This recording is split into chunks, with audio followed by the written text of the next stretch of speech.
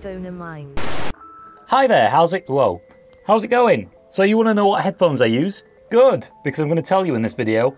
I've been asked this quite a lot in comments and I've not answered a single one. So if you've asked me what headphones I use and I haven't answered you, don't feel as though I'm ignoring you on purpose. I ignore everybody that asks me this question on purpose. Okay, so before I start, everybody out there has an opinion on just about anything. Now, when it comes to sound, what sounds good to you might not sound good to somebody else. Everybody's ears are unique. Some frequencies might hurt other people's ears, they might not hurt yours. Now, these headphones inside this box aren't really designed for making music with, but I've got a friend that recently borrowed my exact headphones, the ones inside this box that I'm doing an unboxing for, and then decided to pay me for them. Those headphones were 4 years old. He could have just bought some for himself. Either way, I've got a new pair of headphones in here, and now I'm about to unbox them. So I've been making music for a long time. Well, I say a long time, but it's been about, if I was to count, I'd probably say about 15 years. The only thing is, back when I started, I didn't have proper speakers, and I didn't have proper headphones. And these right here are the headphones I have. So you might see a lot of people using these in podcasts and that sort of thing. I've also got another pair of headphones, which are these Audio-Technica ATH M50. And I've had these for 10 years, coming on to about 11 years now. And as you can see, these right here are split and cracked in places. And I've used these quite a lot. And check out that headband. These have been properly used. Now, these are also not the best for making music with. Usually what I want when I make music is something with a flat response. But these guys are very V-shaped. So when I say V-shaped, what I mean is if you look at an equalizer, the bass is on the left, the treble is on the right. And if you increase the bass and the treble, you get a V-shape. So there's a lot of bass and there's a lot of treble. Now, like I was saying earlier, people's ears are a factor when it comes to reviewing headphones. And if somebody makes a review on headphones and says that, say, for example, the treble on these is way too sibilant, they hurt my ears, I almost died, that might not be the same for you. So I mean, if you're going to judge a pair of headphones or even speakers based on somebody else's opinion without even hearing them for yourself, then good luck with that.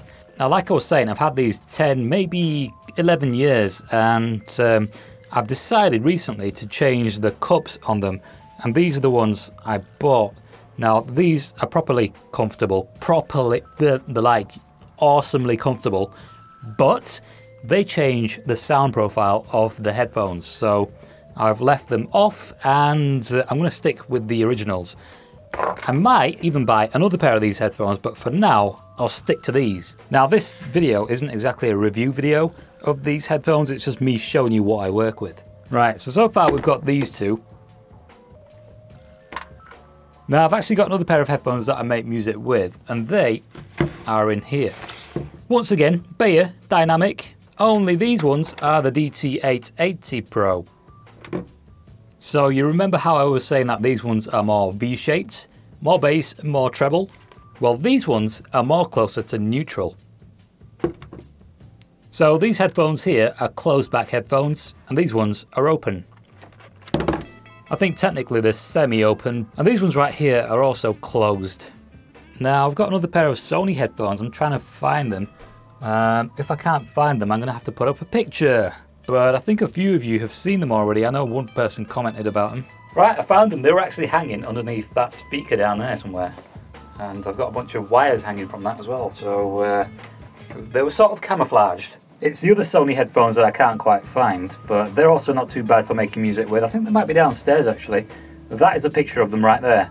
So if you're looking for something cheap and something that works, they're not bad. That's about as much as I can say for them because it's been a while since I used them. These, however, I got these in like the early 2000s. Not too sure exactly when it was, but I know it was early 2000s.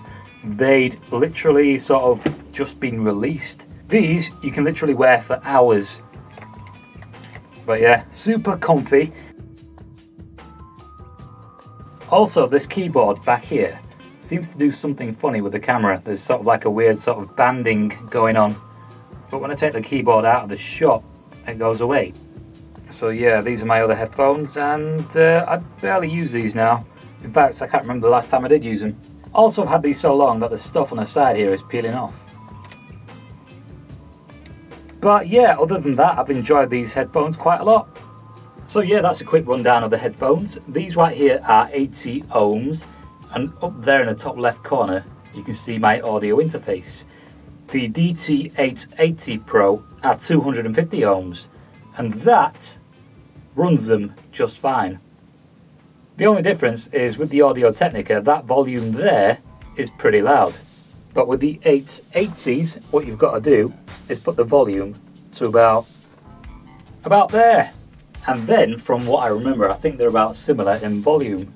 Yeah, so that has been a quick rundown of my headphones, and I might as well just open these up, seeing as though I've sort of unboxed them already. So the box tells you a bit about them. I'm not going to bother reading all that. I'm just going to take them out and start using them because I've already got some. Well, I don't anymore.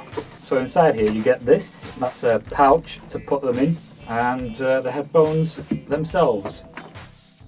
So as you can see, there's quite a bit of difference in the colour and the size of the ear pads. That is because I've had these for about 5, maybe 6 years, I'm not too sure. Haven't really been keeping count, but I sort of know. So I might just buy another pair of ear pads at some point for these, but these will end up doing the same thing. Either way, these are closed back headphones, as you can see. On these, the bass is good, which is why I think my mate took them. Now, I would give you a sound demo of all these headphones and you'd be able to see how they all sound, compare them, see which one sounds the best for you, but I can't do that because I don't have the setup for it. Either way, buy a pair of headphones, decent pair of headphones, stick with them, use them for a while, get used to how they sound, and then when you make music, it will sound good, so long as you know how to make music. Also, don't just rely on making music through headphones. You also want to get a half decent pair of speakers, or in my case, monitors. And yeah, you make your music through these, and then analyze your music with the headphones. But yeah, for sure, you're going to need something like these. You could just use normal speakers, so long as you're familiar with how they sound, but I'd probably suggest something designed for the purpose. Saying that though, I've also made music using these, and you can make music using other speakers. Like I said, you just got to be familiar with how they sound, so all you've got to do is listen to your favourite tracks using the speakers you're thinking of making music through, and eventually you get familiar with how they sound, and that's basically how it works. So also on these, what I have are the 6x9 speakers on the side, which are there for the same reason. Another good place to test your tracks once you've completed them, I don't know why I started talking about making music, more on making music a bit later on, is your cars, or car, if you have one. Right, so I was about to end the video right there, but I'm not too sure where the sunlight's come from. I'm presuming it's the sun. Either way, that there is an air hole, and also I forgot to mention another pair of headphones that I have. So these right here are the other headphones that I have. Now these have two features that the other headphones don't have.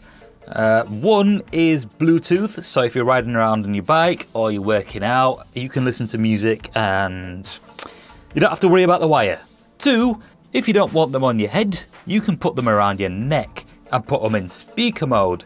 They have speakers on the sides. So right here on the side you can see the speaker. Now I've previously sort of done a review of these and a sound demo, so if you're interested, check out the link, it will be right there. So that right there is their make, and that there is the model. Now I'm not too sure how many of you would have made it this far, but I've had a few people contact me through Instagram asking me to show them how to make music on FL Studio. And I was thinking of making a few videos, like just sort of showing the basics. If you're interested and actually want me to do that, let me know in the comments and I'll maybe put together a couple of videos showing like the basics. Now, I don't want to get too into it because there's already videos out there. There's tons of videos showing how to use FL Studio. All you've got to do is really sort of sit and watch them, and you can eventually sort of figure it out. Now if you think about it, it's sort of a waste of time because everybody else has done similar sorts of videos showing how to use FL Studio.